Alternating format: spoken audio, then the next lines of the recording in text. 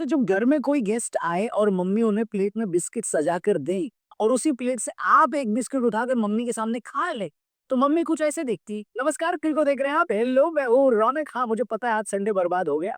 Adelaide में bouncer मार मार कर ऑस्ट्रेलिया ने हमारा काम तमाम कर दिया। पर अभी सीरीज में 3 टेस्ट मैच बाकी हैं और कायदे से देखा जाए तो अब अगले टेस्ट मैच से शुरू होगा असली बीजीटी। साले का तो अपनी सीरीज में हुए 2 टेस्ट मैचों का स्टार्ट टाइम ही देख लो। पर्थ टेस्ट सुबह 8:30 बजे शुरू हुआ, फिर एडिलेड 9:30 बजे। तो अभी तक वो सुबह उठकर मैच देखने वाली फील नहीं आई है। अभी मजा आएगा ना भिड़ो। देश हो गया क्योंकि पर्थ में जीत के बाद इतनी आसानी से एडिलेड में हम घुटने टेक देंगे किसी ने नहीं सोचा था।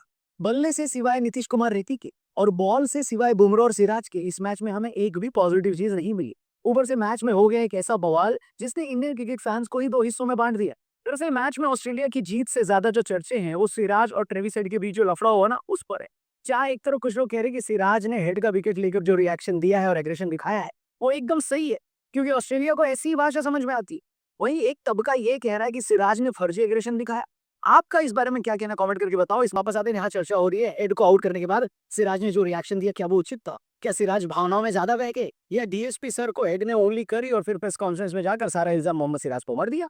दरअसल जब इस टेस्ट के दूसरे दिन हेड को सिराज ने आउट किया उससे ठीक पहले उसी ओवर में हेड ने सिराज पे चौका और छक्का लगा और फिर सिराज ने हेड को यॉर्कर दिया और फिर दोनों ने एक दूसरे को गाली देनी शुरू करी। मैदान पर इसे हीट ऑफ द मोमेंट कहा जाता है। मगर क्या आपने नोटिस किया, ग्राउंड अंपायर ने सिर्फ सिराज को बुलाकर उन्हें हिदायत देने की कोशिश की, मगर सिराज ने अंपायर को क्लियरली बोल दिया कि भाई उसको समझा, मेरे को नहीं। इस पूरे इंसिडेंट के बाद से इंडियन फैंस अपनी राय सोशल मीडिया पर रख रहे हैं। ज्यादातर फैंस आपस में ही भिड़ रहे हैं। सोशल मीडिया पर सिराज की तरफदारी करते हुए लोगों ने लिखा कि जब कोई ऑस्ट्रेलियन हमें एग्रेशन दिखाता है तो वो कूल होता है और जब हमारे खिलाड़ी वैसा करते तो वो कूल होते। ये कैसा इंसाफ है? वहीं कुछ फैंस बोल रहे थे कि सिराज ऐसे एग्रेसिव होकर जोकर लग रहे थे क्योंकि टेस्ट मैच तो इंडिया उसी वक्त हार गया था जब सिराज ने हेड का मुश्किल कैच छोड़ दिया था। अगर सिराज उस टाइम पर ऐसा एग्रेशन दिखाते और कैच ले लेते तो वो ज्यादा मजेदार होता।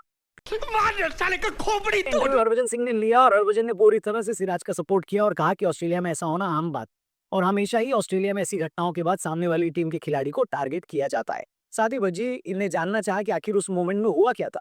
तो सिराज ने हेड की पोल बट्टी खोल ली और कहा कि हेड ने आउट होते ही सिराज पर तंज कसा तो सिराज ने भी अपना आपा खो दिया और दोनों ही खिलाड़ी एक दूसरे के लिए एफ वर्ड का उपयोग करने लगे। इसके बाद सिराज ने कहा कि ट्रेविस हेड ने मैच के बाद प्रेस कॉन्फ्रेंस में जाकर पलटी मार दी और पूरा इल्जाम सिर्फ मेरे पे मर दिया और कहा कि उन्होंने सिर्फ सिराज की गेंद पर उन्हें वेल बोल्ड कहा था, लेकिन न जाने क्यों सिराज उन पर भड़क गए। अगर भारत ऐसे ही खेलना चाहते तो ठीक। में शुरू हुआ ये बवाल अब अगले मैच में ब्रिस्बेन भी पहुंचेगा जहां पर एक बार फिर गर्मा गर्म मुकाबला देखने को मिलेगा। मगर मुझे डर इस बात का है कि कहीं उससे पहले ऑस्ट्रेलिया वाले सिराज के खिलाफ कुछ षड्यंत्र न रच दे और उन पर रेफरी फाइन न लगा दे, क्योंकि अगर फाइन लगता है तो दोनों खिलाड़ियों पर लगना चाहिए वरना किसी पर। वैसे एडिलेड के इस बवाल में हेड का पलड़ा अंत में भारी रहा क्योंकि हेड का कैच सिराज ने ड्रॉप किया, फिर उन्होंने 140 बना दिए, इंडिया हार भी गई। फिर भारतीय पारी का अंत सिराज का कैच लेकर भी हेड ने ही किया। ऐसे एक बात बता दूं तुम्हें, ट्रेविस हेड आईपीएल में जिस जगह के लिए तुम खेलते हो ना वहां के डीएसपी सिराज मियां है। तो जब इंडिया आना तो होशियार और खबरदार रहना, क्या समझे? अरे तो इसी जोक के साथ वीडियो को समाप्त करते जाने से पहले एक बार फिर से वही सवाल है, किसकी गलती आपको ज्यादा लगती है, सिराज की या हेड की? कमेंट करके बताना। चैनल को सब्सक्राइब करके जाना। क्रिको पर मिलेंगे कल, तब तक के लिए बाय बाय।